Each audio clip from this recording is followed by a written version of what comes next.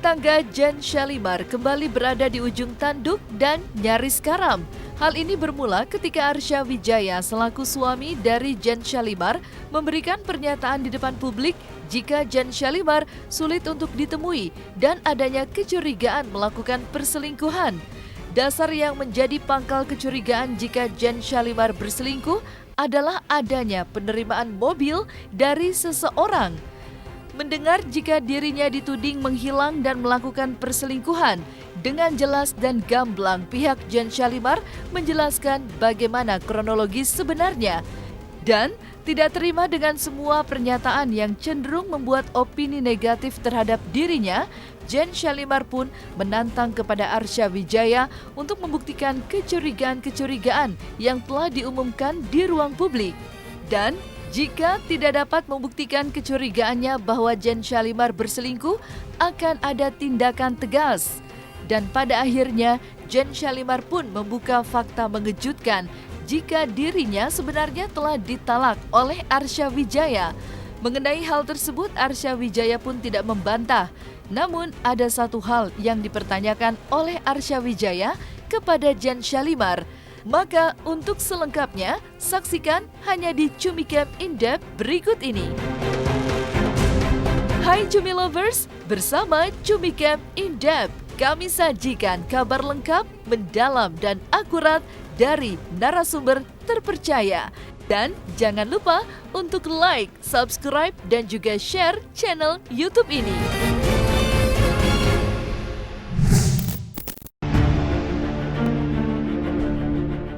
Panas dan saling lempar opini, seperti itulah keadaan rumah tangga Arsya Wijaya dengan Jen Shalimar yang kini berada di ujung tanduk.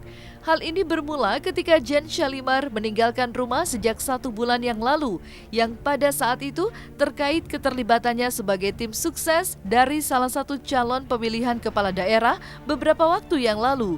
Dan semenjak saat itulah Arsya Wijaya mulai memiliki kecurigaan terhadap Jen Shalimar. Pasalnya menurut Arsya Wijaya, Jen Shalimar berubah drastis setelah menerima mobil dari seseorang. Namun, bantahan keras dilakukan oleh Jen Shalimar yang dicurigai oleh Arsya Wijaya telah memiliki hubungan spesial terkait penerimaan mobil dari seseorang.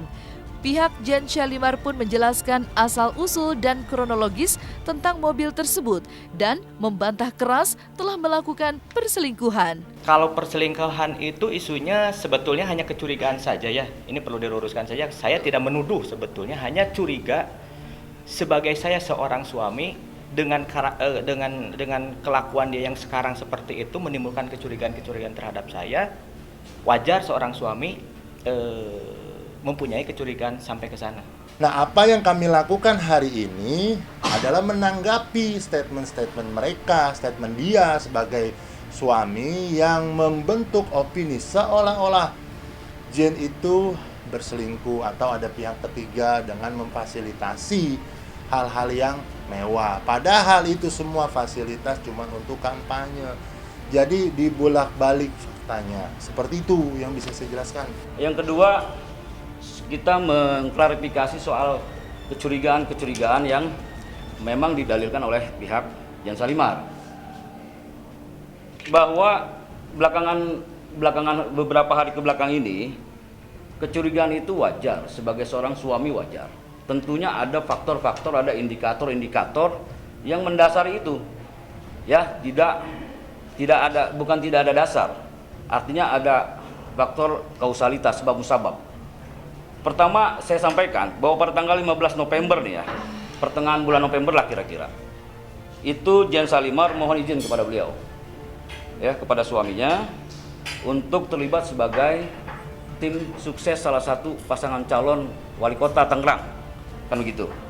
Beliau mengizinkan, bahkan beliau mengantar, sebagai seorang suami mengantar ya keberangkatan dari Bandung ke Jakarta.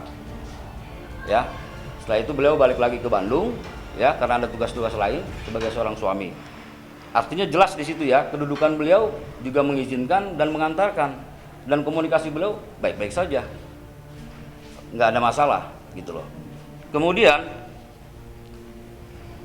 Jen Shalimar pada saat sudah terlibat sebagai tim pemenangan, tim sukses dalam pilkada di Kota Tangerang, beliau diberikan fasilitas mobil, ya, jeep sebagai operasional kendaraan pemenangan, dan itu diberitahu oleh Jen Salimar kepada suaminya.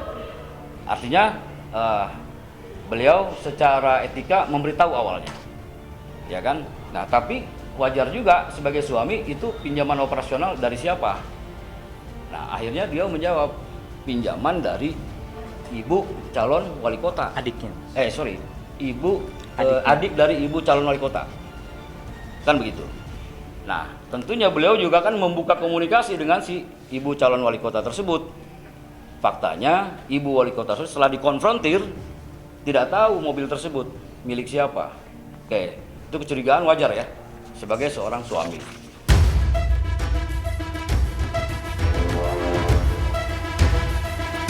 Maka ketika pernyataan-pernyataan dari pihak Arsya Wijaya yang menyatakan bahwa Jen Salimar menghilang dan dituding dengan kecurigaan perselingkuhan, dengan tegas dari pihak Jen Salimar mengatakan telah dirugikan dengan menciptakan opini yang bersifat negatif.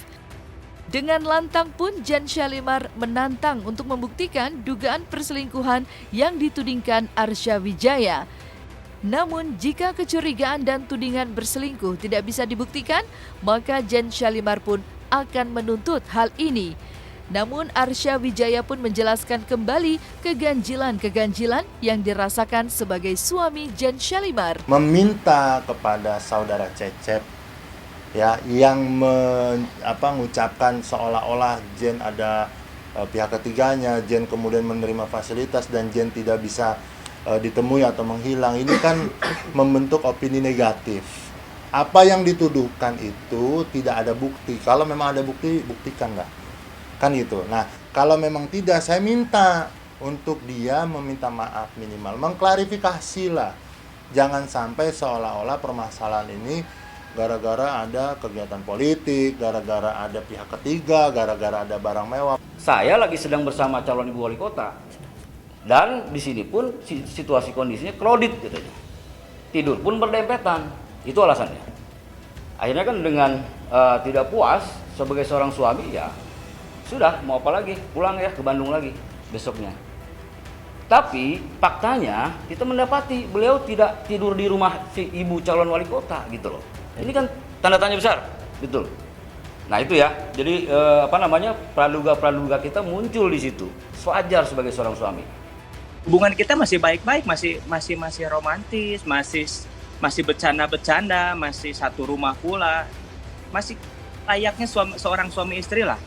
Tidak ada masalah gitu. Bahkan sampai dia beberapa hari di Tangsel itu kita masih komunikasi masih normal. Ada masalah sebetulnya. Hanya bermasalah itu ketika memang dia sudah stay di sana beberapa hari, dari situlah mulai gitu.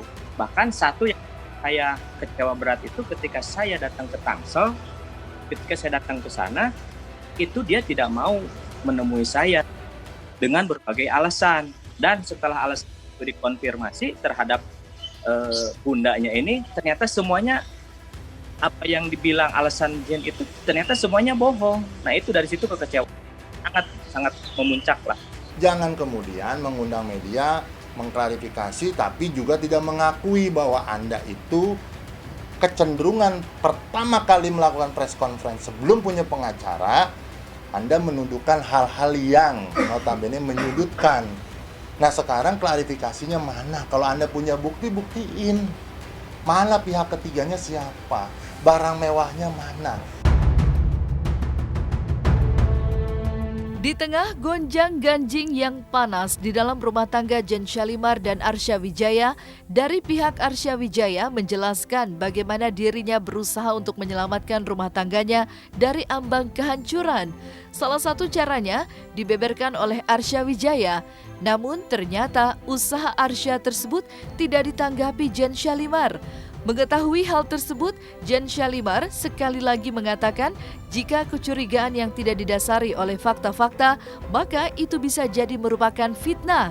Karena apa yang diungkapkan tentang kecurigaan dilakukan di ruang publik. Niatan itu ada, sangat ada sekali.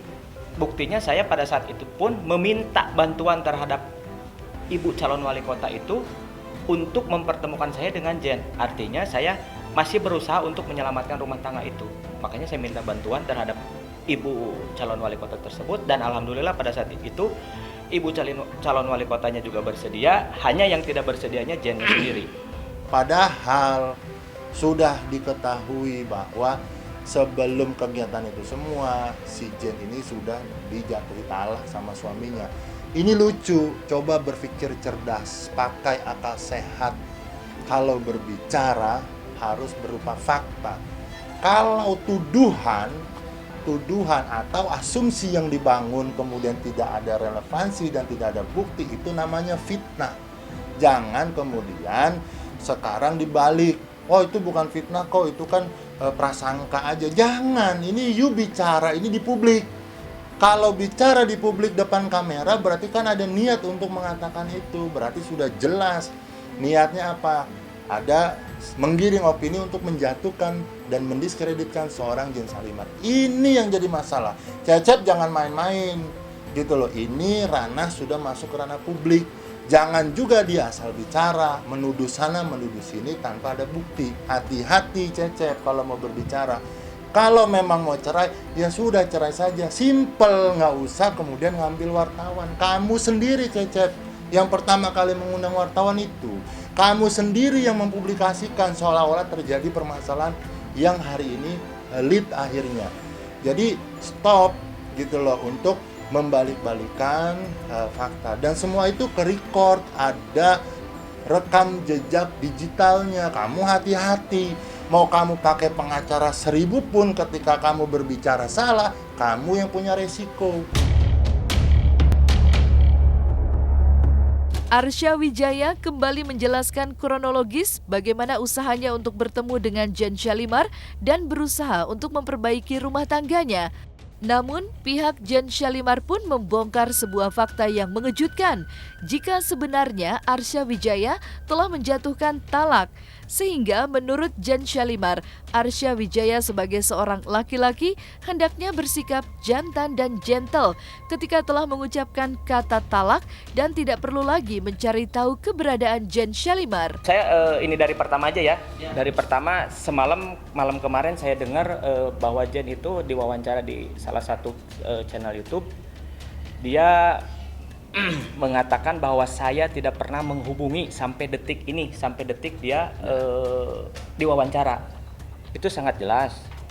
Padahal buktinya tanggal 18, tanggal 17, tanggal 18 saya menghubungi dia. 17, 18 Desember. Itu saya menghubungi dia. Teman-teman bisa lihat. Ini ya. Dibacain ya. Ini hari Kamis tanggal 17 Desember. Ya. Kamis 17 Desember. Saya menjawab karena dia waktu itu pernah mau datang ke Bandung. Dia pernah janji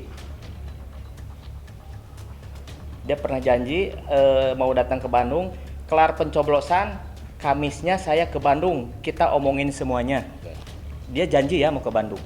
Tapi saya sampai tanggal pencoblosan itu kan tanggal 9. Ya. Anggaplah melar-melarnya tanggal 10 atau enggak tanggal 11 dia harus ke Bandung karena dia sudah berjanji. Ternyata sampai tanggal 17 tidak ada. Kalau sudah diceraikan, ngapain kamu cari-cari lagi? Untuk apa gitu loh. Kemudian seolah-olah menjadi alasan pembenar, saya sudah datang kok ke Tangerang Selatan. Saya mencari istri saya tidak ditemui. Apa? Laki-laki kok begitu gitu loh. Kalau memang sudah jatuhin talak, gentle. Jangan kemudian sekarang dibalik loh. Kenapa tidak Jen aja pergi dari rumah loh? Kamu sebagai suami anterin ini ke rumah keluarganya. Laki-laki dong. Jangan dibalik-balik. Kalau memang sudah bercerai dari bulan Juli, kenapa masih Jen tinggal di sana? Kenapa Jen tidak keluar saja loh? Ini apa bahasa ini nih? Kayak orang-orang yang seolah-olah nggak ada tanggung jawab. Kamu laki-laki, kamu yang meminta waktu itu kepada keluarganya untuk dinikahi. Ketika memang sudah jatuhi talak, kembalikan dia. Dia punya harga diri. Antar ke rumah saudaranya, antar ke rumah orang tuanya. Jangan kemudian dibalik. Kenapa Jen yang tidak keluar? Nah, berarti statement dia yang diwawancara di YouTube itu adalah palsu, bohong. Bahwa saya tidak pernah menghubungi dia sampai detik dia di wawancara itu. Artinya dia sudah melakukan pembohongan.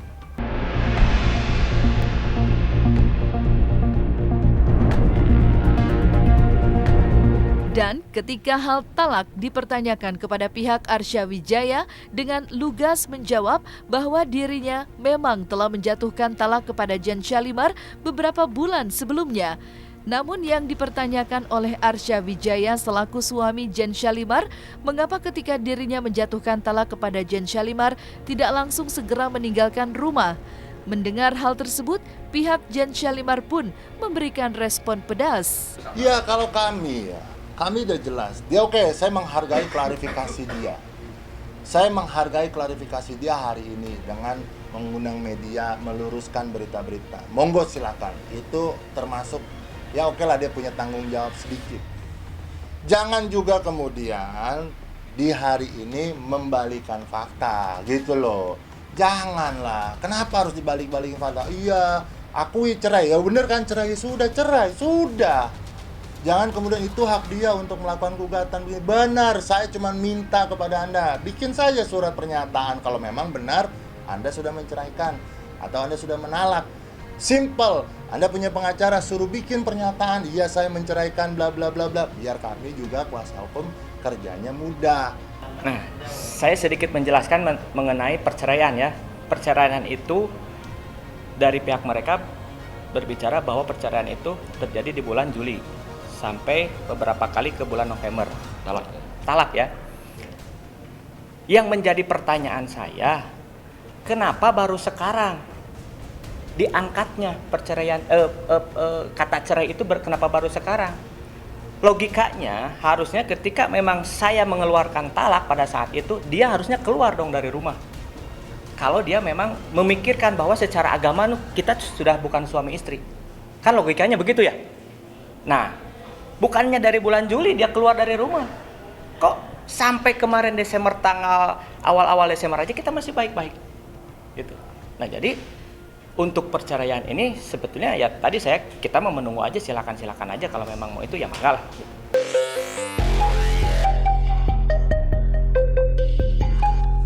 Mengenai soal nafkah, Arsya Wijaya menjelaskan bahwa sebelum dirinya menikah dengan Jen Syalimar, sudah menjelaskan bagaimana dengan keadaan serta kondisi keuangannya kepada pihak Jen Syalimar yang sedang tidak dalam keadaan baik.